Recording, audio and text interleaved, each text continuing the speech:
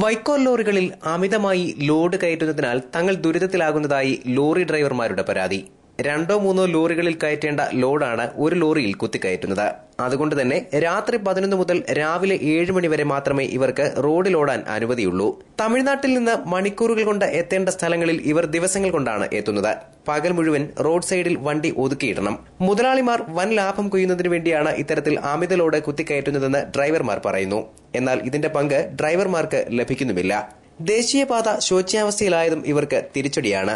ആര്യങ്കാവ് ചുരം താണ്ടി തെന്മലയിൽ എത്തുന്നത് ജീവൻ പണയം വെച്ചുള്ള പണിയാണ്. ഞാൻ പോയിട്ട് ഇപ്പം 4 ദിവസമായി കച്ചി കയറ്റാൻ പോയത്. അന്ന് ലോഡ് കയറി അന്ന് രാത്രി തന്നെ 10 മണിയാകുമ്പോഴേ അവിടെ നിന്ന് വണ്ടി എടുക്കാനകത്തുള്ളൂ.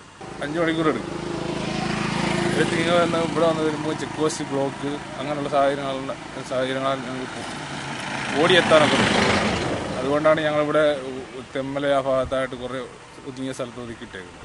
ഇപ്പോൾ 10 മണിയാകുമ്പോൾ നമ്മൾ എടുത്തു കഴിഞ്ഞാൽ പിറ്റേ ദിവസം രാവിലെ 6 മണിക്ക് വരെയും വണ്ടി ഓടിക്കേണ്ട സാഹചര്യം ഉണ്ടാകും. ഇതിന് പരിഹാരമായി ചെറിയ പിക്കപ്പ് വാനുകളിൽ ലോഡ് കയറ്റി സുരക്ഷ ഉറപ്പുവരുത്തണം എന്ന ആവശ്യമാണ് ഇവർ ഉന്നയിക്കുന്നത്.